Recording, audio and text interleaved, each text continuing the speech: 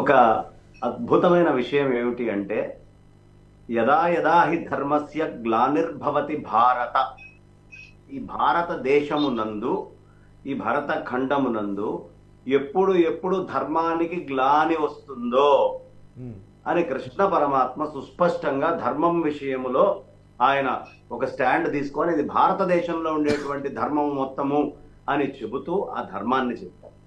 ధర్మము అంటే ఏమిటి? వేదోఖిలో ధర్మమూలం. ఈ ప్రపంచములో ధర్మాలన్నిటికీ కూడా వేదము మూలము.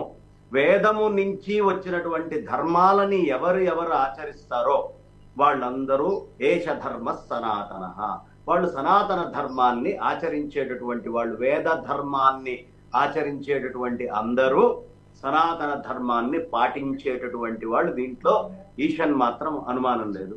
మాతృదేవో భవ, పితృదేవో భవ, ఆచార్య దేవో భవ, అతిథి దేవో భవ, ఇట్లా అనేకమైనటువంటి ధర్మ సూత్రాలని చెప్పేటటువంటివన్నీ కూడా వేదము నుంచి వచ్చినటువంటివే.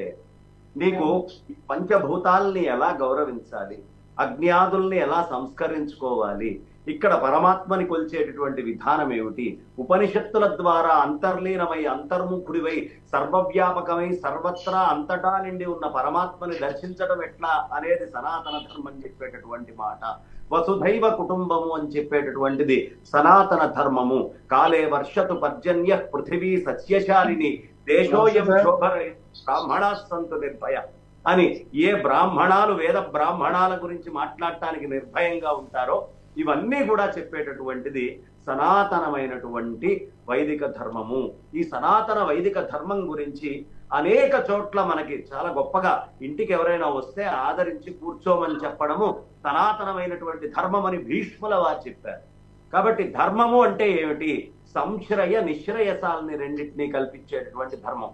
భూమి మీద నువ్వు ఉన్నప్పుడు నీ తల్లి ఎవరు, నీ తండ్రి ఎవరు, నీ చుట్టుపక్కల వాళ్ళు ఎవరు, అక్కతోటి ఎలా ఉండాలి, బావతోటి ఎలా ఉండాలి, మరదలతోటి ఎలా ఉండాలి, భార్యతోటి ఎలా ఉండాలి, తల్లితోటి ఎట్లా ఉండాలి, ప్రకృతితోటి ఎట్లా గడపాలి, నీ చుట్టుపక్కల ఉండే వాటి పట్ల భూతదయ ఎట్లా ఉండాలి, ఇదంతా కూడా సనాతనమైనటువంటి చాలా విశేషమైనటువంటి ధర్మాల కిందకి ఇవన్నీ.